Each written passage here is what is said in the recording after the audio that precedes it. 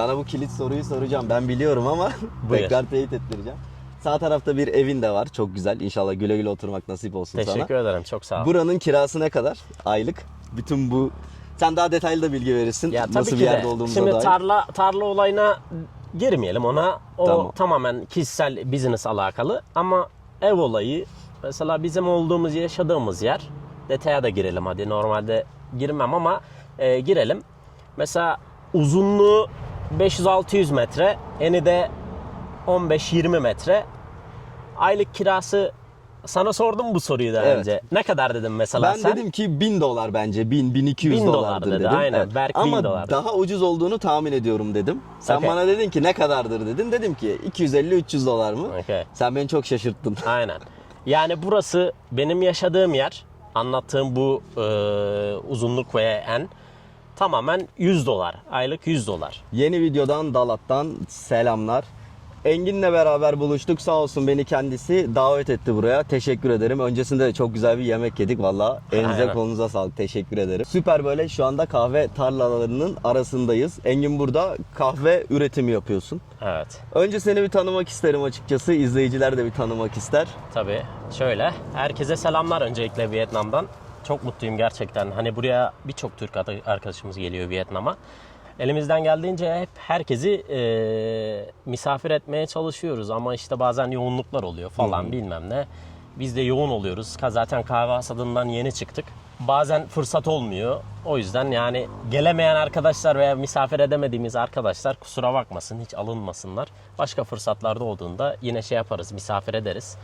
Ben Engin Işık, Hatay İskenderun doğumluyum. Türkiye'de en son olarak film sektöründe çalışıyordum. TRT Belgesel, Bean Connect, uluslararası reklam projelerinde falan yer aldım. Ondan sonra da küçük bir kahve işletmemiz vardı zaten aile olarak. Yani kahvenin içerisindeydim aslında kabataslak. Önceden aşinasın aslında. Aynen, aşinayız, az çok aşinayız. Ondan sonra yurt dışına çıkma düşüncem vardı. Hep böyle doğanın içerisinde olmak istiyordum. Biraz doğa seven bir insanım. Sonra işte böyle bir fırsat çıktı karşıma. Bunu değerlendirmek istedim. Sonra işte buradayız yani. Şu anda buradayız. Şu anda aynen. Önce sana o zaman en başa geri döneceğim. Çok da Okay. gitmeyeceğim geriye ama neden Vietnam'ı tercih ettin bu işi yapmak için? Önce onu bir sorayım. Aslında en büyük etkisi doğanın büyülü harikası olabilir. Tabii Dalat'ın da doğası, her yer yemyeşil. Doğa olarak çok farklı. Sen de zaten bunu deneyimledin. Saigon'dan, Ho Chi Minh'den, büyük şehirden gelerek hava bakımından. Burası biliyorsun deniz seviyesinden 1500 seviyelerinde, yüksek olduğu için hava serin, bayağı da bir güzel. Doğa aşığı olduğum için belki birinci sebep olabilir aslında. Olabilir. Aynen. Şu anda burada yerleşim iznim var anladığım kadarıyla, değil mi? Hani bizim gibi mesela giriş çıkış yapman gerekmiyor. Biz 3 aylık vize alıyoruz çünkü. Evet, şu anda oturum sahibiyim. Oturum Vietnam'da sahibisin. oturum sahibi. Süper. Peki birazcık kahvelerden bahsedelim mi? Tabii. Bu tarla senin. Sen burayı işletiyorsun. Aynen öyle. İşte bunlar hep kahve ağaçları. Şurada da bak görebilirsin. Bilmiyorum kamera görür mü? Şurada kahve meyvesi var. Tabii ki de gösterebiliriz. Birazdan etrafı da dolaşırız. Tamam. Kahve meyveleri var. Bunlar kahve ağaçları. Kahve tarlasındayız. Vietnam'da kahve hasadı senede bir kere yapılır. Eylül'ün sonu, Ekim'in başında sezon başlar yani. İlk öncelikle Arabica kahveleri Vietnam'da toplanır. Daha sonra Robusta olarak devam edilir ve senede bir kere hasat yapılır Vietnam'da. Aynen bu şekilde. Süper. Buradasın. Burada Aynen. devam ediyorsun şu anda. Aynen. Peki sana biraz da böyle Vietnam hakkında da tabii sorular sormak istiyorum. Sence Aynen, Vietnam sorarız. yaşamak için ucuz bir ülke mi? Evet. Bu Bu soru çok kilit bir soru. Aynen, bu soru gerçekten çok kilit bir soru. Mesela biz de burada yaşayan, burada hayatımızı burada kurup burada hayatımızı idame ettiren insanlar olarak birçok videoyla ben de karşılaşıyorum. Mesela video paylaşan insanlar diyor ki Vietnam ucuz. Evet. Bayağı ucuz bir ülke. Ya evet ucuz ama nasıl ucuz? Şöyle bir şey var yani o kriteri iyi yakalamak lazım. Hani senin nasıl bir yaşam tarzın var? Hani sen seyahat eden bir insan mısın? Hani böyle seyahat eden insanlar hani çadır mantığı veya hostel Ucuz mantığı. hostellerde, evet. Aynen, ucuz hosteller falan mantığıyla eğer yaşarsan ve standartlarını düşürürsen, yani yemek olarak, kalacak yer olarak, evet ucuz bir ülke. Vietnam ucuz bir ülke. Ama normal bir insan hani gelip de sizler gibi hostellerde kalıp böyle 8-10 kişilik hosteller olsun veya çadır mantığı olsun, o şekilde kalamayacaksa oteller zaten başlıyor sana en minimum 9 dolar. Evet. 9 dolar, 10 dolar artık senin kriterine göre yükseliyor. Saigon'da hatta daha da yüksek ya. 20-25 dolarlardan başlıyor şu anda. Evet, evet. Şimdi Saigon büyük şehir olduğu için tabii fiyat biraz farklı oluyor. Ama böyle kırsal taraflara gittiğinde fiyat skalası biraz düşüyor. Fiyat skalası düşünce hayat şeyi de düşüyor, şartları da düşüyor. Şartları da düşmeye yani. Çünkü şimdi biz batıya daha çok yakın olduğumuz için Asya kültürü, yemekleri, Onu da soracağım. Yeme içmeyi nasıl hallediyorsun? Aynen. Zorlanıyor musun diye. yani şimdi bir Türk olarak yemek bizim için çok önemli. Her insan için önemli tabii ki de. Yiyeceğin yemeği bulamadığın zaman o zaten maliyet artıyor. Evet. Yani. Bunu seninle kamera arkasında da konuştuk. Sürekli Vietnam yemekleri olmuyor. Yani bir noktadan sonra farklı şeylere yönelmek istiyorsun. Aynen, evet. Batılı restoranlarda da fiyatlar yükselmeye başlıyor tabii ki de. Tabii ki de. Mesela ben senin videolarından gördüm. Seni takip ediyorum. Severek takip ediyorum. Teşekkür ederim. Videolarını izliyorum. Videondan gördüm. Mesela bir mekana gidiyorsun. Orada yediğin bir yemek ortalama minimum 8 dolarla 15 dolar arası değişiyor. Şimdi sen her öğünde bu fiyatları yakalarsan zaten senin kalmayla beraber Neredeyse 50 dolarlara falan çıkıyorum. yani hani mantık aslında, eğer ki daha önce de belirttiğim gibi seyahat eden kişiler gibi böyle hosteller olsun falan bilmem ne, o şekilde takılırsan her ülke ucuz.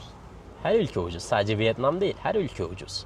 Ama şimdi sen her gün Vietnam yemeği yiyebilir misin? Ben yiyorum mesela, şu anda yiyorum. Sen yiyebilir misin? Hiç mi canın bir şey çekmeyecek? Pizza çekmeyecek, hamburger çekmeyecek, farklı tarz yemekler çekmeyecek. Yemeyecek misin yani? Mecburen yiyeceğim. Mecburen yiyeceksin yani. Aynen öyle. Mecburen değil, yiyeceksin yani. Yiyeceksin. Çünkü her gün aynı yemeği tüketemezsin. Ki zaten burada hani bizim bir kültürümüz var. Kahvaltı kültürümüz var. Kahvaltısız olmaz. Burada kahvaltı ürünü bulmak zor. Zeytin burada geliyor Vietnam'dan, İspanya'dan falan geliyor. Geliyor. Lezzet olarak zaten yakalayamıyorsun lezzeti. Fiyat performansı olarak zaten yüksek. Peynir bulamıyorsun. Peynir de geliyor sana, kaşar geliyor, örnek veriyorum, mozzarella falan geliyor. Onlar da yüksek. Yüksek fiyat benim. Nerede? Ucuz ülke nerede? Lütfen yani Lütfen. paylaşan insanlar biraz objektif olmalı. Bakın biz burada yaşıyoruz. Evet ucuz. Ucuz evet. Ama birçok maliyet var yani. Çünkü sen şimdi turistik olarak geldiğinde 3 aylık bir vizen var. Evet. 3 aylık bir vizen var. Buraya geliyorsun. 3 ay sonra ne yapacaksın? Mecburen vizaran yapman lazım. O da bir maliyet. Burada geldin, transfer falan bilmem ne, motor kullandın, otobüs kullandın, bir yere gittin geldin. Ucuz değil abi lütfen yani. Bu ucuz olan paylaşımlar, bilmiyorum, hani biraz daha objektif olmalı diye düşünüyorum. Evet. Bazen çok ucuz Yani. olduğundan bahsediyoruz ama söylediğin gibi ekstra kalemleri aslında hesaplayınca Evet. yine günlük maliyetler yükseliyor. Yani ben buraya gelirim işte günlük 10 dolara yaşarım gibi bir düşünceniz varsa bilmiyorum, ben yapamadım 10 dolara. Mümkün değil gibi de gözüküyor. Evet yani sen de yeni tecrübe ettin bunu, Evet. Vietnam içerisinde. Yok yani öyle bir şey Öyle yok. bir şey. Gerçekten yok. Tamam peki şu anda büyük bir tarladayız. Evet. Sana bu kilit soruyu soracağım. Ben biliyorum ama Buyur. tekrar teyit ettireceğim. Sağ tarafta bir evin de var. Çok güzel. İnşallah güle güle oturmak nasip olsun sana. Teşekkür ederim. Çok sağ ol. Buranın kirası ne kadar? Aylık. Bütün bu... Sen daha detaylı da bilgi verirsin. Ya tabii Nasıl ki bir yerde de. olduğumuza Şimdi dair. tarla olayına girmeyelim ona. O Tamam. tamamen kişisel, business alakalı. Ama ev olayı, mesela bizim olduğumuz, yaşadığımız yer. Detaya da girelim hadi. Normalde girmem ama girelim. Mesela uzunluğu 500-600 metre, eni de 15-20 metre. Aylık kirası, sana sordum bu soruyu daha Evet. önce. Ne kadar dedim mesela Ben sen? dedim ki $1000 bence. 1000-1200 1000 dolar dolardır dedi, dedim. aynen. Berk 1000 Ama dolar. daha ucuz olduğunu tahmin ediyorum dedim. Sen Okey. bana dedin ki ne kadardır dedin. Dedim ki 250-300 dolar mı? Okey. Sen beni çok şaşırttın. Aynen. Yani burası benim yaşadığım yer. Anlattığım bu uzunluk ve en tamamen 100 dolar. Aylık 100 dolar. İnanılmaz bir rakam. Evet. Ama işte şu olayı yakalamalarını istiyorum. Seni takip eden insanların veya başka izleyecek insanlar. Kırsal bölgeye gidersen evet ucuz. Ucuz. Çok çok ucuz. Ama kırsal bölgeye geldiğinde burada market bulamazsın. Uluslararası yani ürünler bulamazsın. Zaten yemek bulamıyorsun. Yaşayabilir misin burada? Evet. Ben bile Ho Chi Minh'den gelince yemek konusunda zorlandım mesela burada. Dalat'ta. Evet. Yani Ya uzun süre konaklasam bilmiyorum nasıl halledebilirim bu işi mesela. yani tabii ki de mesela siz seyahat ediyorsunuz. Sürekli seyahat eden insanlarsınız. Sizin en önemli birincil öncelik gördüğünüz şeyler ne? Yeme içme ve konaklama kesinlikle. Yani şimdi sen mesela bu videoyu izleyen bir insana soralım. Şimdi siz bir izleyen olarak hostellerde böyle 6 kişilik, 7 kişilik, 8 kişilik, maksimum 15 kişilik bir yerlerde kalabilir misiniz? Günlük 5 dolara. 5 dolar. Bunu önce bir kabullenmek lazım. Kalabilirsen maliyetini düşürmüş oluyorsun. Bayağı bir düşürdün evet. Aynen. Ondan sonra Yeme içme konusu yeme geliyor. içme konusu. Bir hesap yapalım kabataslak. Günde 3 öğün değil de hadi 2 öğün de. Geç uyanıyorsundur falan bilmem ne. Kahvaltıyı es geç. 2 öğünde. Şimdi sen Vietnam genel ağırlıklı noodle ve noodle çorba, bu pho dedikleri veya bun bo he veya hu tiu falan farklı çeşit. Mantık aynı ama şimdi onlar nereden baksan bazıları tabii ki de domuz eti, bazıları normal et, bazen tavuk eti. Tabii deniz ürünleri falan da kullanılıyor. Onların maliyeti 1 dolar, 1,5 dolar. Sen bunu her gün yiyebilir misin? Yemezsin. O lezzete alışabilir misin? Çok zor. Ben 3. senem burada. Ben yiyebiliyorum mesela. Şu anda yiyebiliyorum. Hepsini yiyebiliyorum. Benim mesela günlük şu anda maliyetim maksimum 5 dolar. Ben günde 3 öğün yemek yiyorum. 5 dolara ben kapatırım. Halledebiliyorsun. Sen yapabilir misin bunu? Buna karar verin önce. Ucuz demekle olay bitmiyor bence. Evet, kesinlikle katılıyorum sana bu konuda. Lütfen. Ya dışarıda yemekler ucuz ama bunları işte yiyip tüketebilmek her gün. Orada problem başlıyor. Evet. Mesela ben Hataylıyım. Ben kebabı çok severim. Benim mesela canım durmadan kebap çekiyor. Senin canın bir şeyler çekmeyecek mi? Pizza çekmeyecek mi? Hamburger çekmeyecek mi? Sonra sana maliyet ne oluyor? Zaten gidiyorsun burada en ucuz bir pizza yiyorsun. En az 3 dolar veya 4 dolar. Evet. En ucuzu. Pepperoni falan bilmem ne. Zaten hani bir öğünü öyle geçirdin 3 dolar. Diğer öğün akşama ne yiyeceksin? Gideceksin KFC yiyeceksin veya farklı bir şey yiyeceksin veya Vietnam mutfağıyla Batı mutfağı karışmış biraz daha pahalı bir şey yiyeceksin. Yine zaten sana oluyor 2 öğün etti sana 6 dolar, 7 dolar, 8 dolar, 10 Sen dolar. bu arada fiyatları çok iyimser gidiyorsun. Dalat fiyatları üzerinde gidiyorsun. Bunu biz Saigon'da falan yaparsak daha Yapamazsın. da yükseleceğiz. Yapamazsın. Ben Dalat'a göre konuşuyorum. Evet, Dalat'a göre gidiyorsun. Aynen, Dalat'a göre konuşuyorum ve insanların yiyebileceği şeyleri konuşuyorum. Gidip de başka şeyler konuşmuyorum. Sizin adapte olabileceğiniz şeyleri ben konuşuyorum. Benim deneyimlerimle birlikte.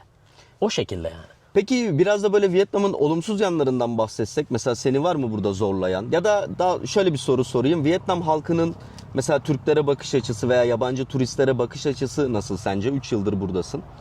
Ben Vietnam insanını gerçekten seviyorum. Vietnam insanı gerçekten çok güzel. Tabii ki de her ülkenin kötülükleri illaki vardır. İllaki vardır. Vietnam insanı gerçekten çok yumuşak insanlar. Zevkine düşkün insanlar. Eğlenmeyi severler. Çok çalışkanlar. Gerçekten çok çalışkanlar. İşleri bittikten sonra akşam giderler, keyif yaparlar. Biralarını içerler, güzel yemeklerini yerler. Ondan sonra otururlar, karaoke yaparlar. Yani güzel. Vietnam insanı gerçekten çok güzel. Turistlere bakış açıları da çok mutlular, güler yüzlüler. Öyle yani. Kesinlikle çok iyiler. Ben de çok seviyorum. Ya Güneydoğu Asya insanı genel olarak zaten Güzel. çok güzeller. Evet, güzel. Peki burada yaşamanın Türkiye'den farkı sence en iyi yanı? Yani neden burada yaşıyorsun? Neden burada yaşıyorum? Mesela benim daha önce de belirttim. Ben doğanın içerisinde olmayı çok seviyorum. Gerçekten. Ben hep doğada olmak istiyorum. Çünkü ben inanıyorum ki doğa gerçek hayat. Bu beni mutlu ediyor. Küçük şeyler yaşamak, doğanın içinde yaşamak, bir şeyler yetiştirmek, yetiştirdiğin şeyleri tüketmek, toprakla birlikte olmak, bu beni çok mutlu ediyor. Az sonra şey de yapacağız, seninle şöyle bir ağaçları falan da göstereceğiz. Tabii. Ektiğin. Arazi içerisinde olan bazı ağaçları dolaşırız. Aynen. Süper.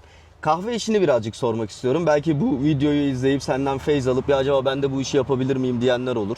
Evet. Sence nasıl bir iş? Ya zorluklarından biraz seninle bahsettik. Biliyorum ben kamera arkasında. Evet. Ya aslında kahve işi hani gerçekten uzun metrajlı ve soluklu bir iş. Zor bir iş aslında. Hani düzen kurmak öyle kolay değil. Mesela ben 3. senemdeyim. Düzenimizi kurduk ama tabii ki de bu süreç çok zorlu geçti. Çünkü kahve sezonunda biliyorsunuz bu taraflarda muson yağmurları, yağmur dönemi var. Ağustos'un sonunda, Eylül'ün başında yağmur sezonu başlar. Zaten Ekim'de de kahve hasadı başlıyor. Yağmur da yağıyor zaten. Yağmur da Ocak'ta bitiyor. Kahve hasadı da o zaman bitiyor. Sürekli yani yağmur yağıyor, ıslaksın, çamurlu. Şimdi kahveleri hasat ediyorsun, çuvalın içine koyuyorsun. Örnek veriyorum sana, normalde tabii ki de 60-70 kilo oluyor bir çuval.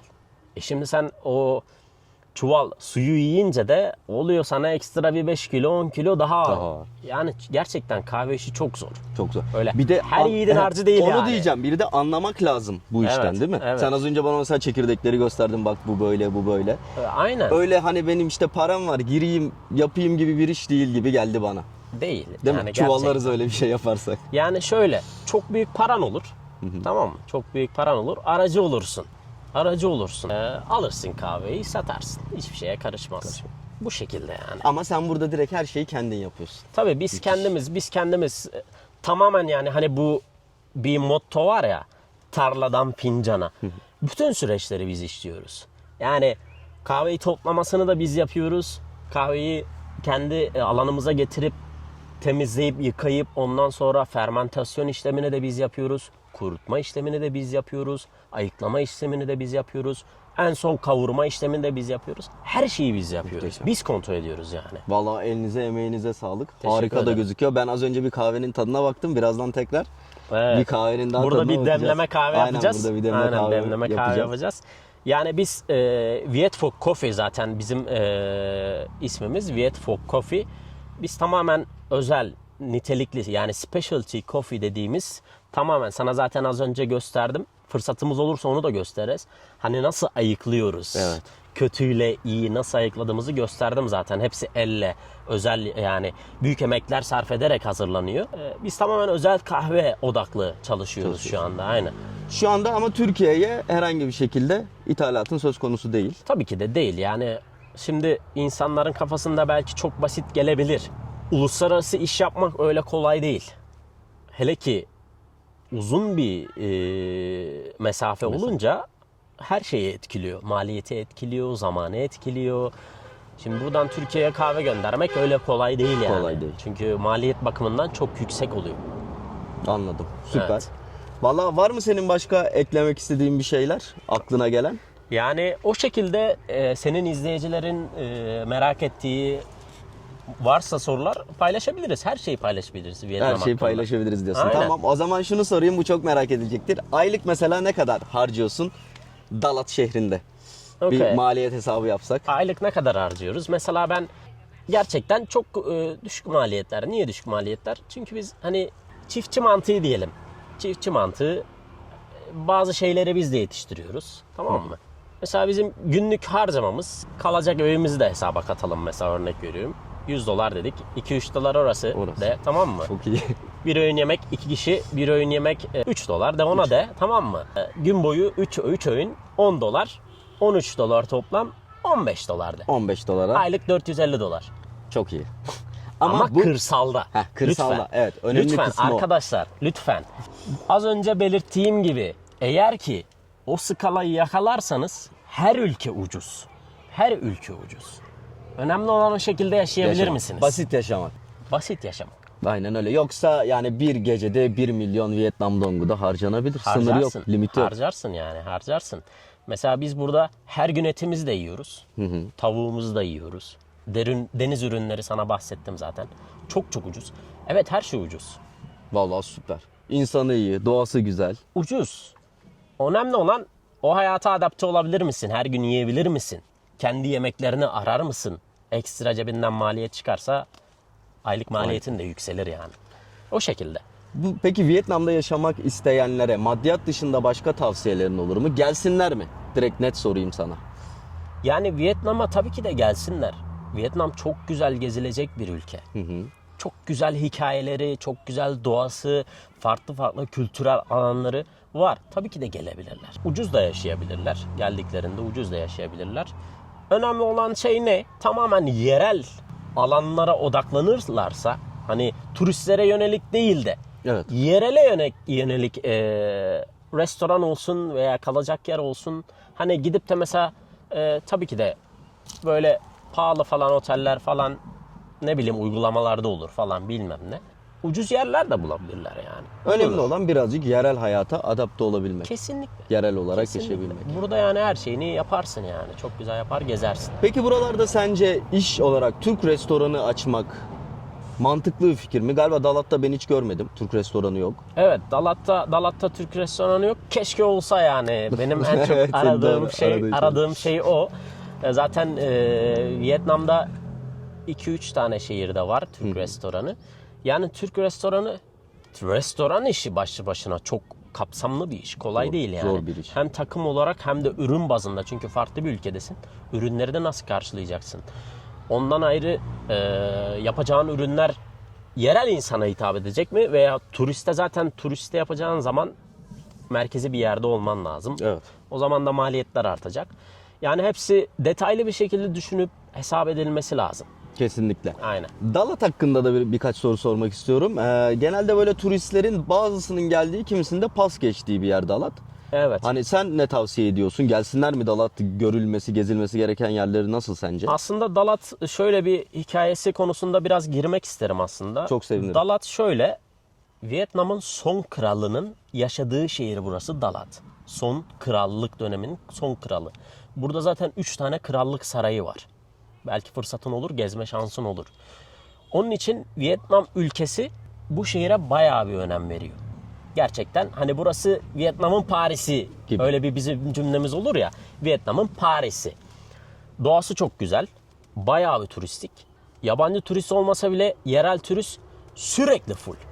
Burası sürekli full Hep yani. full. Aynen. Sürekli full dediğimiz gibi Vietnam'ın Paris'i yani. Buraya gelsinler. Doğa istiyorlarsa dağlık, ormanlık, yeşillik, güzel serin hava, Dalat. Dalat. Aynen. Ama Bekleriz. montunuzu almayı ihmal etmeyin. Akşamları serin oluyor. Aynen. Akşamları serin oluyor. Saigon'da kavrulup yandığınız hava burada yok. Yok. Tabii ki de sabah vakti, öğlen vakti yine sıcaklık var. Ama akşam serin olur. Ceket veya kazak tarzı şeyler lazım. Tamam, Serin süper. yani burası.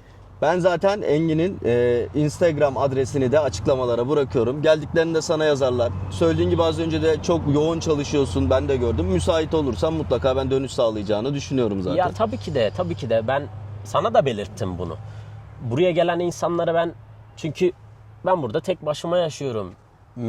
Vatandaşım, kendi insanım geldiğinde tabii ki de oturup muhabbet etmek isterim, ağırlamak isterim, mekanıma gelsinler, güzel vakit geçirsinler, doğayı tatsınlar isterim. Ama yoğunluk olursa kusura bakmasınlar yani, aynen. Fırsatımız olursa kesinlikle. Kahveleri getirdin. Kahve çekirdeklerini daha doğrusu. Aynen, kahvelerimiz burada.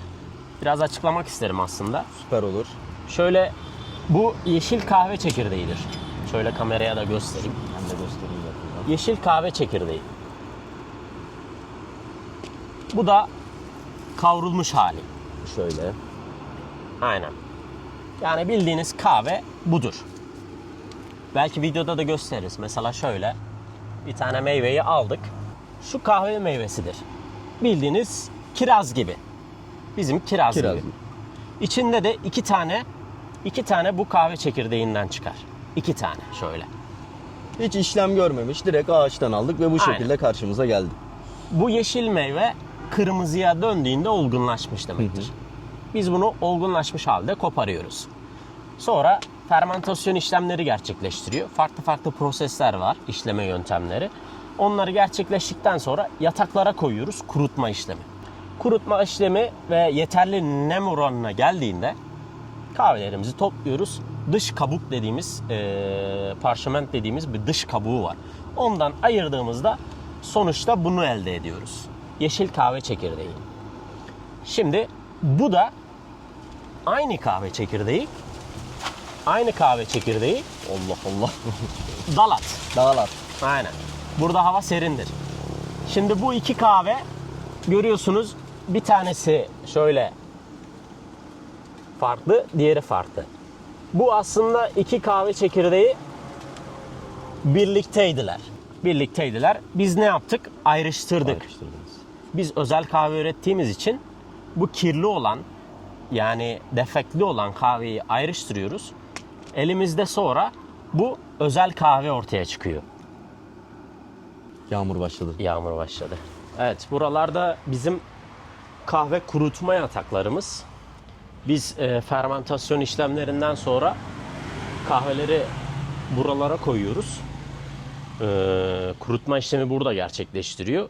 Mesela bu üzerine yaptığımız sundurmayı neden bu şekilde kullanıyoruz? Farklı bir metot kullanıyoruz. Normalde genelde daha doğrusu güneş altında kahveler kurutuluyor. Biz şuna inanıyoruz ki güneş altında kurutulan kahveler çok fazla sıcaklık aldığı için kahvenin aromasını etkilediğini düşünüyoruz. Ve biz de bu şekilde bir metot geliştirmeyi düşündük. Ve kahveyi daha böyle ağır bir şekilde aromasıyla tamamen içine işlemesi ve sıcaklık olarak düşük sıcaklık ve daha sonuca odaklı, daha yüksek kalitede kahve üretebilmek için bu metodu uyguladık. Burada kahve yataklarımız var. Arka tarafta güneş altında kurutup bir gün güneş altında tamamen nem seviyesini düşürüp daha sonra bu yataklara taşıyoruz.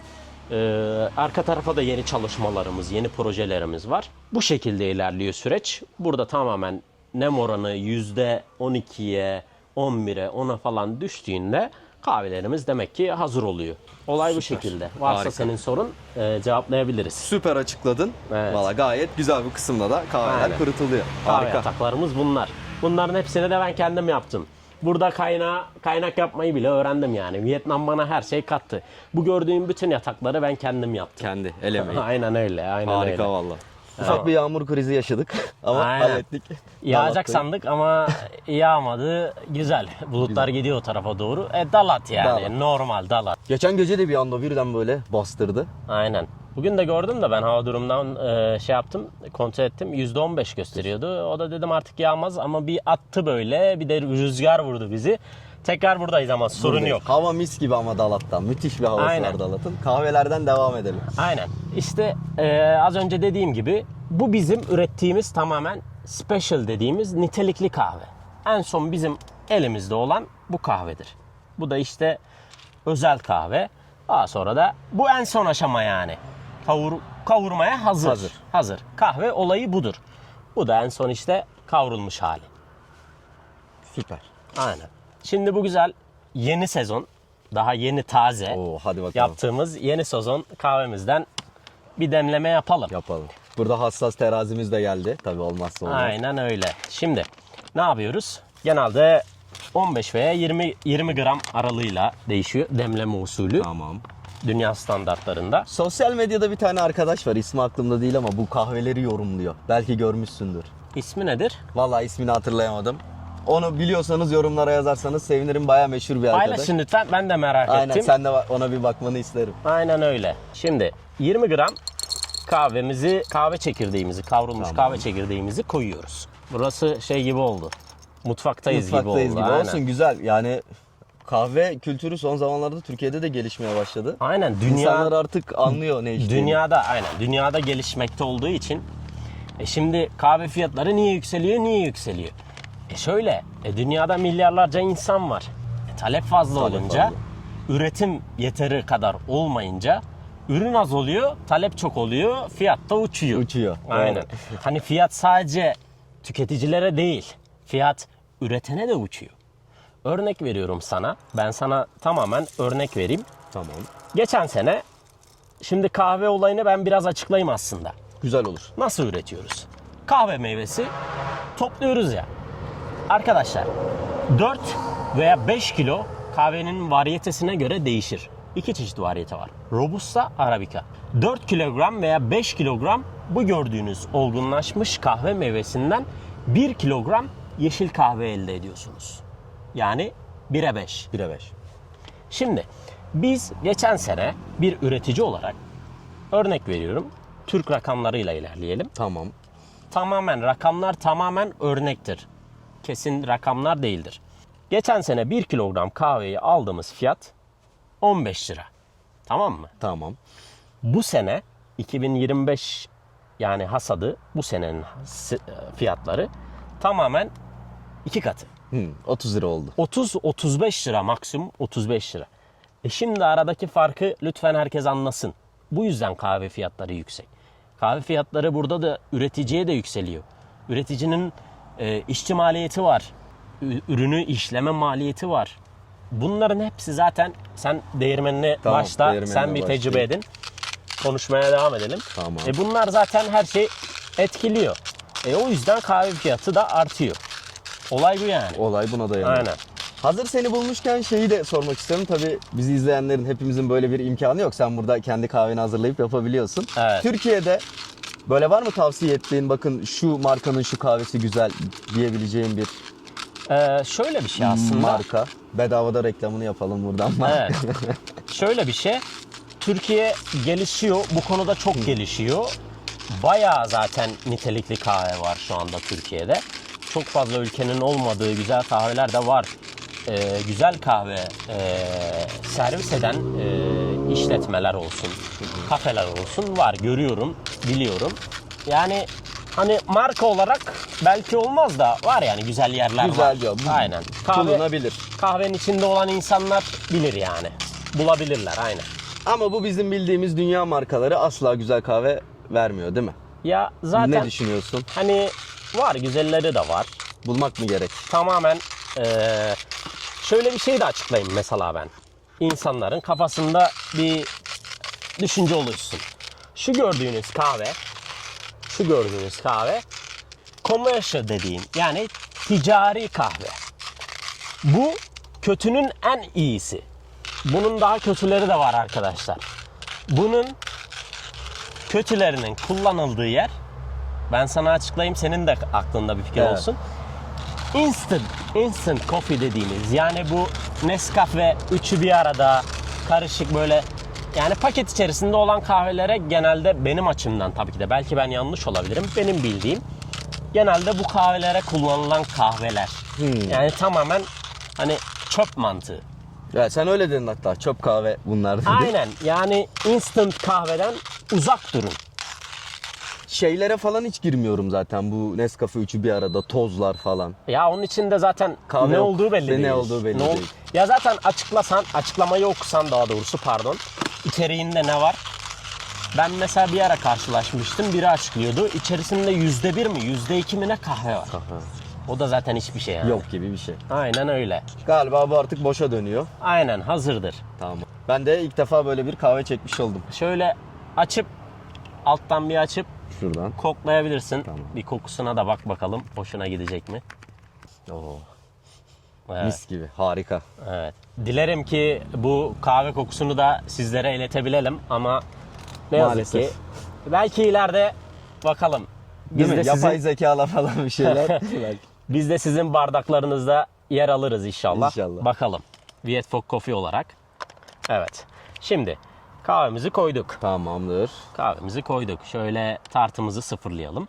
20 grama 15 gram, 1 grama 15 gram su olarak biz şey yapıyoruz. Şimdi 20 gram koyduk. 15 gram ne yapıyor? Toplamda 300 gram. 300 gram. Aynen 300 gram su koymamız lazım. Tamamdır. Bu demleme usulü kişiden kişiye de göre değişir. Nasıl içtikleri de değişir. Bizim de yapmak istediğimiz, istersen kamerayı da şöyle bir al. Tamam, İstersen yeterli. böyle bir kahveyi de gösterebiliriz. Evet, demlemeye başlıyoruz. Şöyle. Suyun her yere iletilmesi için yuvarlağını çiziyoruz. Köpükleri görüyorsun. Kokular gelmeye başladı. Kokular gelmeye başladı. 50 gram, 60 gram ilk suyunu koyuyoruz. Şöyle aşağıdan yavaş yavaş özel kahvemiz demleniyor. Harika vallahi. Şöyle hazır buraya gelmişken çekirdekleri de bir yakından göstereyim. Aynen. aslında kalite sırasına göre değil. Yok hayır, bu biraz daha düşük kalite olan. Bu en kalitelisi. Bu da kavrulmuş hali. Doğru Aynen anlıyorum öyle. değil mi? Yanlışım varsa düzeltirsin. Aynen öyle. Aynen öyle. O şekilde. Şöyle yavaş yavaş da demleniyor. Evet. Kahvemiz demleniyor. Onun dışında devam edebilirsin. Vallahi ben burayı çok sevdim bu arada. Tekrardan teşekkür ederim Rica davet ederim. ettiğin için. Seninle tanışmak da çok keyifli oldu benim için. Teşekkürler. Huzurun içerisindeyiz yani. Gerçekten ya burayı tatmanızı isterdim. İnşallah Aynen. yolunuz Dalata düşer bu taraflara. İnşallah. Engin de müsait olur. Tabii. Her Güzel zaman böyle. her zaman bekleriz. Gerçekten her zaman bekleriz. Kapımız açık, soframız açık. Her şeyimiz Eyvallah. yani elimizden geldiğince burada hazırız yani misafir Süper. etmeye herkesi. Doğanın içindeyiz ya, yeşilin içinde. Aynen. Gerçek Vietnam'ı bugün gördüm. Evet. Ucuz değil ama. Değil. Ucuz değil. Ucuz değil. Ucuz değil lütfen yani. Paylaşan insanlar, paylaşan arkadaşlar biraz objektif olmalı diye düşünüyorum. Aynen. İkinci suyumuzu koyduk. Tamam. Yavaş yavaş demleniyor. Aromalar hazırlanıyor. Aynen. Rengi böyle şu an kırmızıya doğru çalıyor biraz değil mi? Ben mi yanlış görüyorum? Aynen. Demleniyor işte. Harika. Güzel demleniyor. İçeceğiz güzel aromalar. Bakalım ne düşünüyorsun? Demleme usulüyle daha önce denedin mi kahve? Ya hiç böyle oturup yapmadım. Belki bir kahve dükkanında hani biz verdiğim bir siparişte hazırlanmış olabilir ama hiç de bu kadar beklemedim. Büyük Evet. ihtimal ilk defa deneyeceğim. Evet. Ya demleme usulü tabii benim açımdan herkesin bakış açısı tabii ki de farklıdır. Biraz daha böyle temiz içim yani. Temiz içim. Daha çok aromayı fark edebilirsin. Tabii Arabica kullandığımız için Arabica kahvesi kafeini düşük, aroması yüksek. Daha yani aroma, yüksek aromalara sahip bir kahve. Temiz bir içim. Güzel yani. Farklı bir bakış açısı. Vietnam'da kahveler birazcık ağır. Evet. Yani Vietnam belki biliyorsundur veya izleyicilerimize de paylaşalım. Vietnam Robusta kahve konusunda dünyada birinci sırada. Bir numara. Aynen birinci sırada. Robusta kahvesi Arabica kahveye göre kafein oranı daha yüksektir. Aroması biraz daha düşüktür. Vietnam'da da Robusta ağırlıklı kullanılıyor. Yani blend yapıldığında burada işletmeden işletmeye değişiyor. %90'a %10 da yapan var. %80'e %70'e yapan da var. Artık o da sizin şansınıza göre güzel bir yer bulursanız aynen daha kafeini düşük veya sizi çarpmayacak kahveler. Çünkü burada Vietnam kahve kültüründe insanlar sabah 5'te 6'da başladıkları için güne hani genelde zaten çiftçilik falan ağır işler. Mecbur onları bir şeylerin çarpması, Ayıltması enerji gerekiyor. vermesi lazım yani. O yüzden burada ağır kahveler içiliyor aynen. O şekilde. Ben bir yerde okumuştum. Vietnam'da galiba kahve üretiminde dünyada 2. sıradaymış. Kahve genel anlamda ikinci sırada. sırada. Aynen. Biri Kolombiya, Brezilya birinci sırada. Ama Robusta kahve üretiminde birinci sırada sırada. dünyada aynen. Yine burada tuzlu kahve var. Yumurtalı kahve de buranın meşhur kahvelerinden. Onlar da güzel oluyor. Onları da geldiğinizde deneyebilirsiniz. Evet. Kahvemiz demlenmeye devam ediyor. Evet. Bu birazcık sabır gerektiren bir iş. Tabii ki de yani Yavaş yavaş. bu özel kahvenin her süreci sabır gerektiriyor, özen gerektiriyor. Zaten bu özeni ve sabır gösterdikten sonra eline çok güzel kahve geçiyor yani. Keyif alıyorsun yani içtiğin şeyden keyif alıyorsun. Günde tabii her gün değişiyordur hassas zamanı ama ne kadar vaktini harcıyorsun kahveyle haşır neşirsin? Bu Kahvenin- kahveyi içmek için. Öyle Yani değil. sürekli kahvenin içindeyiz. Sürekli. Sürekli kahvenin içindeyiz. Mesela hasat zamanını şu anda yeni bitirdik. Kahvelerimizi parşömentten ayırdık. Yeşil kahvelerimiz elimizde.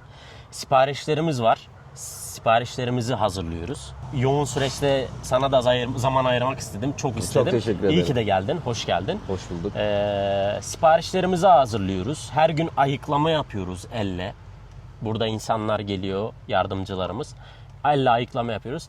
Yani günümüzün tüm saati kahve diyebilirim Kahve sana. diyebilirim. Aynen. Yani Süper. hayatımız kahve. Hayatın kahve Aynen. oldu. Süper ya, harika vallahi, doğanın içinde böyle güzel bir uğraşla seninle onu da konuştuk ya, bir de şeyden bahsettin sen. Evet. Buraya geldikten sonra işte her şeyi kendin yapıyorsun. Tam bir aslında köy hayatına dönüş yaptın. Kesinlikle, kesinlikle. Ya çok güzel bir şey. Mesela bir zaman çok iyi hatırlarım. Dışarıdan gelmiştim. Akşam yiyecek bir şey bulamadık mesela. Ne var elimizde? Pirincimiz var. Hadi pilav yapalım. Başka neyimiz var? Bir de patlıcan var. Patlıcan yetiştiriyoruz. Her şeyi yetiştiriyoruz da. Patlıcanımız var. Hadi patlıcan kavuralım, pirinç yapalım, pilav yapalım, yiyelim. Tamamen yani normal bir hayat. Tamamen normal. Yani bizim öyle hani lükse falan bilmem ne. Doğa. Doğa en lüks hayat doğadır bence. Benim açımdan. Çok güzel. Bunu birazcık açmak istiyorum. Hadi açalım. Daha önce böyle şirketlerde veya büyük şehirlerde yaşadın ve çalıştığını tahmin ediyorum. Evet. Hangi noktada sıkıldım ve artık gitmem gerek dedin? Böyle bir nokta oldu mu yoksa yavaş yavaş mı bu sende belirdi? Evet. Yani dediğin şey en son dediğin şey aslında tetikledi. Yavaş yavaş. Hani o yoğunluğun, keşmekeşin artık kaosun vermiş olduğu yorgunluk olsun, bıkkınlık olsun, stres olsun, çalışma ortamının hani çekilmez oluşu olsun. Yani artık seni bir şeyleri karar verme süresine getiriyor.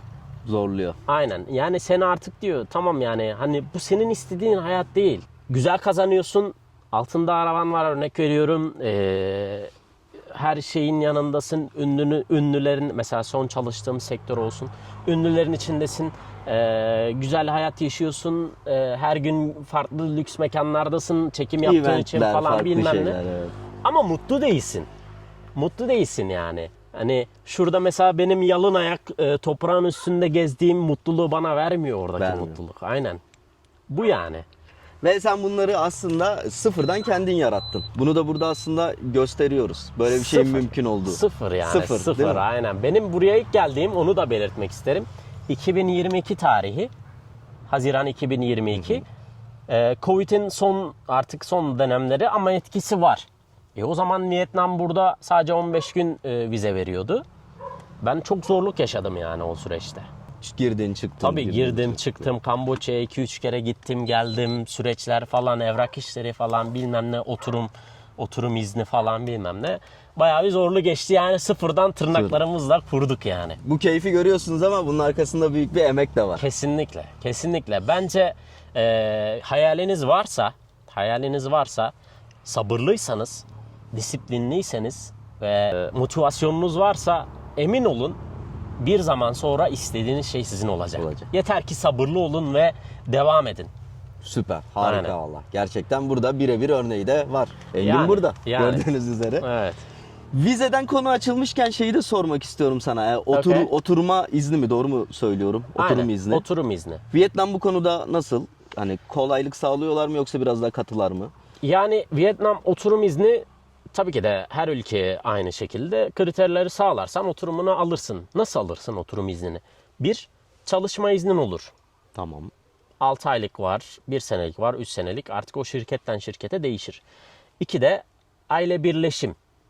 Aile birleşimi yaptığında oturum izni. Vatandaşlık olayı benim bildiğim Vietnam vatandaşlığı sadece tek bir vatandaşlık seçersen veriyor.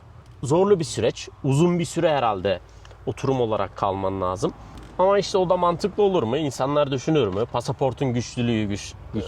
O tabii ki de onlar da önemli. Kabul edilir mi? Tabii o insanların O çok kendi evet, seçeceği şey. kişisel Aynen. bir konu. Bir de burada galiba ev satın alamıyoruz biz yabancılar olarak. Evet. 50 yıllık falan kiralayabiliyoruz uzun süreli. Vietnam'da yabancılar ev, arsa falan alamıyor. Ya ben bunu seviyorum. Tayland'da da var aynı şey. Satmıyorlar Satmıyor. adamlar. Aynen satmıyor. Kiralayabilirsin. Satmıyor. Benim bildiğim eğer yanlışsam lütfen izleyiciler yorumda da paylaşabilir. Yanlış da olabilirim. Benim bildiğim daire satın alınabiliyor. Daire satın alabiliyor. Daire satın alınabiliyor. Bir aralar araştırmıştım. Yanlış olabilir, doğru olabilir. O şekilde var. Bu arada kahvemiz hazır. Hazır.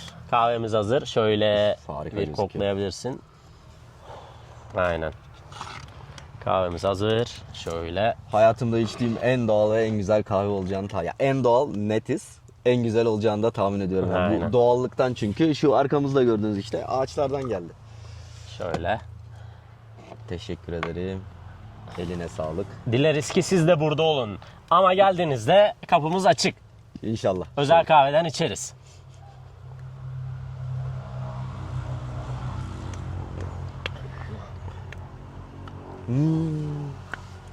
Çok farklı. Evet. Tamamen hafif. Çok güzelmiş. Kafeini düşük. Aromalı. Vay vay vay. İlk defa böyle bir aroma alıyorum. Aynen. Yani tamamen şey ol, net ol bence. Hani öyle insanlar ha bunlar yapmacık falan olayı falan bilmem ne. Tamamen net ol. Kötüyse kötü çünkü benim açımdan iyi. Ne ürettiğimi bilmem lazım. Şimdi şunu kesinlikle söylemek istiyorum. Böyle yaparken en başta biraz çekindim. Acaba dedim bu çok ağır gelecek mi? Çünkü sadece suyla yaptın ya. Ben sana dedim ya ben Vietnam White Coffee içiyorum diye. Okay. Sütlü falan diye. Evet. İnanılmaz hafif bir kahve ve böyle bir odunumsu mu desem, nasıl onu belirsem bilemiyorum. Sen bana bu konuda yardımcı olabilirsin. Bir tat geliyor ağzıma. Yani Çok hoşuma gitti o her neyse. aynen farklı lezzetler var. Farklı lezzetler var. Neler var mesela? Çikolata, fındık, hazelnut dediğimiz ceviz falan, karamel. Karamel. Evet. Karamel. Aynen. Farklı farklı lezzetleri anımsatan aromalar var yani öyle. Çok aromalı Tabii ki de ve- hani bazı insanlar şöyle düşünebilir. Bunlar işte çilekli kahve içiyor, örnek veriyorum. Çilekli kahve veya fındıklı kahve falan. Öyle değil. Bu tamamen sana anımsatıyor. O yüzden senden yardımcı olmanı Aynen. istedim. Anımsatıyor Tam şeyi de yani. belirtemedim evet. Bu yüzden nitelikli kahveler bu aromaları veriyor. Hani biz içerisine böyle fındık olsun, yok çilek falan, farklı meyveler, muz bilmem ne falan, passion fruit falan bilmem ne katmıyoruz. Anımsatıyor. Mesela ben bir tane kahve içmiştim. İçtiğinde yani resmen şeftali suyu içiyorsun. Sana onu anımsatıyor. Birçok güzel aromalı farklı kahveler var yani. Tabii bu şimdi kahve dinlendikçe aroma daha çok Daha da açığa ortaya çıkıyor. Biz de bırakalım biraz dinlensin. Tamamdır. Konuşmaya devam edelim. Devam ederiz tekrar. Biraz böyle sanki bir şarap yapıyormuş gibi hassasız. Biraz onu hissettim. Evet yani biraz şarap fermentasyon olayı Evet. falan zaten aynı mantık gibi bir şey. Değil mi? Aynen. Aynı şekilde ilerliyor. Valla Aynen. çok eline sağlık. Rica ederim. Harikaymış. Rica ederim. Ne demek? Bekleriz. İnşallah, inşallah. Her Dalat'a geldiğimde kapını bir tıklatacağım kahveye geldim diye. Aynen. Bekleriz. Kim gelirse elimizden geldiğince misafir etmek isteriz. Teşekkürler. Süpersin Vietfok valla. Coffee olarak. Tamamdır. İnşallah daha da işleri büyütmeyi planlıyorsun. Evet. Yavaş yavaş ilerliyorsun. Bunu seninle konuştuk. Sindire sindire. Bir şeyleri çok doğru ve güzel yapmaya çalıştığının da farkındayım. Burada Evet. verdiğin emekten de görüyorum. Evet. İlerideki var mıdır böyle bir kafe açmak olabilir? Vietnam'da, belki Türkiye'de, bilmiyorum. Var mı böyle bir hedefin? Şimdi Planın. farklı bir ülkede düzen kurmak gerçekten kolay değil. Ve kurduğun iş böyle büyük bir kapsamlı işse, mesela kahve olarak eğer büyük de düşünüyorsan gerçekten kolay değil. Onun aşamasındayız. Sana da belirttim. Emekleme sürecini atlattık. Evet. Yürüme sürecine geçtik. İnsanlar bizi yavaş yavaş tanıyor. Yeni yeni röportajlar yapıyoruz.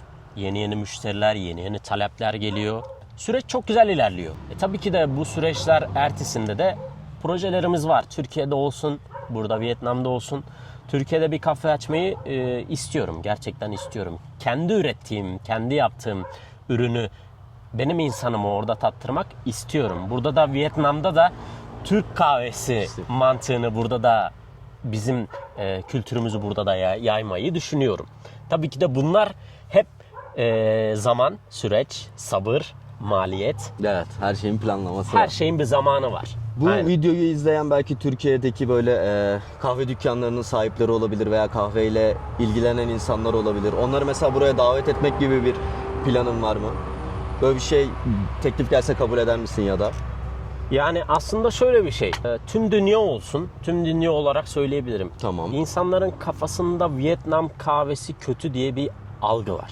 Vietnam'da güzel kahve yok. Aslında biz burada kahve üretenler olarak bu algıyı, ben aslında kendi açımdan bu algıyı yıkmak istiyorum. Çünkü Vietnam'da çok güzel kahve üreten üreticiler var. Efsane aromalar var. Yani kahve sektöründe olanlar bilir. Yani kahve skoru 85'in üzerinde, 80'in 80-85'in üzerinde olan kahveler burada da var. Ben de mesela Türkiye'deki birkaç tane var. Yine bu algı içerisinde olan kişiler var, kahve sektöründe olan. Bu algıyı ben de yıkmak istiyorum. Buna hazırlanıyorum tabii ki de. Her şey bir süreç. Buna hazırlanıyorum. Tabii ki de o süreç olduğunda belki bunun da müjdesini verebilirim. Belki izleyen insanlar olur. Önümüzdeki hasat döneminde Tamam. ben buraya davet etmek istiyorum. Çok güzel olur. Kahve sektörü içerisinde Kahve olan insanları buraya gelsinler. Vietnam'da çok güzel kahvelerin, aroması yüksek kahvelerin de üretildiğini görebilirler. Süper olur. Ben kahveyle ilgileniyor olsaydım bu arada direkt sana ulaşırdım. Yani. Harika bir deneyim ya. Evet.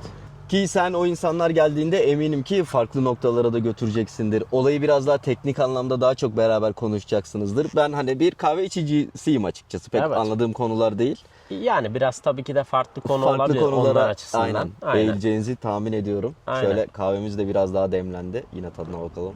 Güzel. Çok güzel. Şimdi buz koyduğunda, soğuk olduğunda daha farklı bir olay oluyor. Daha farklı bir lezzete aynen, daha dönüşüyor. farklı bir lezzet oluyor. Dediğin gibi biraz böyle karamel, biraz fındık geliyor. Bir sürü aslında farklı aromanın buluşması. Var tabii ki de o hani sensory skill dediğimiz kurslar falan var. Onların kurslarını aldığında o konuda bilgi sahibi, tecrübe sahibi olduğunda tabii aromaları daha farklı tadım yaptığında daha farklı net bir aroma ortaya çıkarabilirsin. Ortaya çıkartabiliriz. Süper. Aynen. Peki bu videoyu izleyen belki barista arkadaşlar da vardır. Kahve konusunda kendini geliştirmek isteyen. Onlara mesela bir tavsiyenin olabilir mi? Ya da Vietnam'a gelip burada böyle kahve sektöründe kendilerine yer bulabilirler mi? O tarz imkanlar oluyor mu? Bilgin var mı bu konular hakkında? Yani şu zamanda dünya ülkelerinde bence baristalar el üstünde diyebilirim. Evet. Çünkü talep çok. Kahve kültürü artıyor, kahve popülasyonu artıyor. Bence baristalar bayağı bir elle tutulur, el üstünde şu anda. Vietnam'a da gelirlerse bence burada iş fırsatı yakalayabilirler. Yakalanabilir, aynen. Ben baristalara fikir vermek veya bir bilgi vermek, onları yönlendirmek, ben bunu yapamam. Çünkü ben ne baristayım ne de başka bir şeyim. Ben çiftçiyim yani. Çiftçisin. Çiftçiyim, bir de kahvecisiyim, aynen. Aynen. O şekilde. Ama bence kahveyle böyle uzaktan yakından azıcık alakası olan bir insan imkanı varsa Vietnam'a gelip buraları gezip görmeli diye düşünüyorum. Ya Ya tabii Vietnam ki de. bu konuda gerçekten çok iyi. Brezilya ve Kolombiya da herhalde böyledir diye tahmin ediyorum. Ya evet, yani Vietnam gerçekten de şu anda specialty, yani nitelikli kahve olayı burada gelişiyor. Yakın zamanda ben inanıyorum ki hak ettiği yeri alacak Vietnam. Yani o tabuyu yıkacak dünya üzerinde. İnsanların da buraya gelip hadi gidip bir kafede kahve içeyim, Vietnam kahvesi kötü, bu algı olmaz. Gidersin bir roastery'e gidersin. Orada nitelikli kahve, pour-over dediğimiz bu demleme yöntemiyle kahve denersin. Vietnam kahvesi denersin. O zaman dersin ki kahve iyi veya kötü. Şimdi sen gidip normal lokal bir yerel bir kahve dükkanında, kafede kahve içtiğinde tabii ki de sen diyeceksin ki kahve kötü. Kötü. Tabii ki Ya de da kahve çok kötü. şansa belki çok iyi denk gelecek ama çok Şansa. genelde kötü çıkacaktır yani. Şansa yani küçücük bir dükkan, hiç beklemediğin bir dükkan sana çok güzel Çok bir güzel. kahve verebilir burada. Yani. Tamamen çekirdekle alakalı. o da aslında. Kesinlikle. Kesinlikle. Aynen öyle. Şeyi merak ediyorum ya, biraz cahilce bir soru olacak ama Estağfurullah. bilmediğim için. Bu verdiğimiz aromayı biz yönlendirebiliyor muyuz kahvede? Soruyu sorabildim mi tam? Tabii ki de. Güzel bir soru sordun. Onu nasıl yönlendirebilirsin? Şimdi zaten bu kahve meyvesi kendine özgü bir kimyası var zaten. Ağaçtan kendine özgü bir aroması veya şeyi var. Kendi bir lezzeti var ağaçta. Bunu aldıktan sonra olgunlaşmış eğer kullanırsan, olgunlaşmış bir kahveyi farklı fermentasyon işlemleri uyguladığında bu lezzeti farklı bir seviyeye çıkarabilirsin. Ha, süper. Veya düşürebilirsin. Tamamen o çok önemli bir süreç. Kontrol etmezsen kahven çok kötü de olabilir, çok da iyi Çok da olabilir. iyi. Çünkü tamamen kimyasal, sözünü kestim, çok özür estağfurullah. dilerim. İçerisinde zaten asit var. Tamamen kimyasal. O kimyasalı dengeli bir şekilde süreci ilerletemezsen, kontrol edemezsen Bozulabilir. bozulur. Çok hassas bir iş. Onu diyecektim aslında. Hassas, evet, hassas. Gerçekten. Hani dışarıdan, şimdi ben de dışarıdan biraz ya gidiyoruz bir kafeye kahve içiyoruz, işte kahve dediğin nedir ki gibi bir düşünce yapısına girebiliriz ama arka planda özellikle böyle nitelikli güzel kahve yapıyorsan bir sanat işliyorsun burada neredeyse. Yani sanat Baya gibi bir şey diyebiliriz. Hani ticari kahve değil de böyle özel nitelikli kahve üreten üreticiler gerçekten, ayrım yapmayalım aslında. Tüm kahve üretenler bir emekçidir. Çok büyük emekler harcanıyor. Ama specialty coffee dediğimiz nitelikli kahve olayı belki biraz daha dikkat gerektiren, biraz daha dikkat, biraz daha efor sarf edilen bir işlem diyebiliriz. Diyebiliriz. Süper. Aynen. Engin'e tekrardan çok teşekkür ederim beni burada ağırladı, davet ettiği için. Güzel, çok lezzetli bir yemek yedik bu arada. O kısmı çekemedim ama vallahi harikaydı uzun Tabii zaman gezen sonra. insanların canı çekmesin diye onu Onu çekemedik, çekmedik, paylaşamadık. aynen onu göstermedik. Kahveler harika, Dalat çok güzel. Buradaki sohbetin yavaş yavaş sonuna gelelim istersen. Her konuya değindik. Okey. Ekstra bir sorunuz olur, YouTube yorumlara yazabilirsiniz. Ben yine Engin'in Instagram adresini de aşağı bırakıyorum. Ona ulaşabilirsiniz. Tabii. Dalat'la alakalı, Vietnam'la, kahveyle belki alakalı. Tabii ki de. Ben de bütün izleyicilere senin izinle bizim bugün ekranlarınızda değilim. Zamanınızı bize ayırdığınız için, bizi izlediğiniz için teşekkür ederiz. Dalat'tan, Vietnam'dan size selamlar. Kahve içmeye bekleriz yolunuz düşerse. Aynen öyle. Vallahi Aynen. gelin burada bir kahveyi deneyimleyin. Bir de senden şeyi rica ediyorum. Şöyle bir bahçe kısmını da kısa bir gezmek. Orayı Bahçede da mi bir- yapalım? Aynen. Orayı Tamam, da bir hadi gösterelim. yapalım, bahçe yapalım. Neler var görelim bakalım. Tamamdır. Hadi gidelim. Bahçede görüşürüz. Kahveden sonra geliyoruz. Tamamdır. Evet. Şimdi bahçeyi gezelim şöyle birazcık. Come here.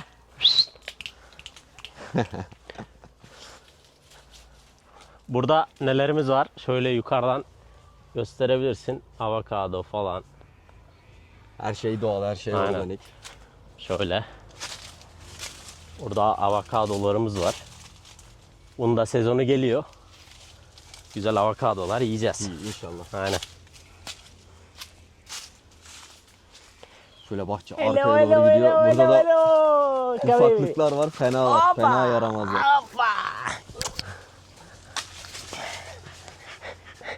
Hello. Allah Allah Allah. Gel, gel. Avokadomuz var. Bunlar jackfruit. Şurada Burada gösterebiliriz. göstereceğim, bayağı büyükler. Aynen. Onlar da geliyor yavaş yavaş. Bu jackfruit'tür. Efsane bir tadı var. Güzel, lezzetli. Burada muz ağacımız var. Yine avokado var. Avokado. Jackfruit var. Bayağı var. Bayağı böyle ağaçlar var burada. Yani doğanın içerisindeyiz. Aynen. Bu da farklı bir şey. Bunlar ne? Bu yani domatese benzeyen bir şey. Ben ilk defa burada Vietnam'da gördüm. Domates gibi bir şey ya. İçi biraz yediğinde şey gibi. Biraz ekşi. Ekşi tadı var. Değişik bir şey yani. İlk defa ben Vietnam'da karşılaştım. Bu şekilde. Bahçede bu şekilde. Aynen. Bayağı bir uzun geniş bahçemiz var. Harika. Buraya güzel projelerimiz var. Bakalım yavaş yavaş İnşallah hayırlısıyla ilerliyoruz. bakalım. Aynen. O zaman bu videonun yavaş yavaş sonuna gelelim. Okay. Bugün beni ağırladığın için sana çok teşekkür ederim. Ben teşekkür ederim. Harikaydı vallahi. Sizlere de çok selamlar. Bizi izlediğiniz için teşekkürler. Bekleriz. Gelene Tamamdır. kapımız açık. Anlaştık. Abone olmayı, yorum yapmayı ve beğenmeyi unutmazsanız ekstra mutlu oluruz. Aynen, Hoşça kalın. İyi bakın kendinize. Vietnam'dan selamlar. Görüşmek üzere.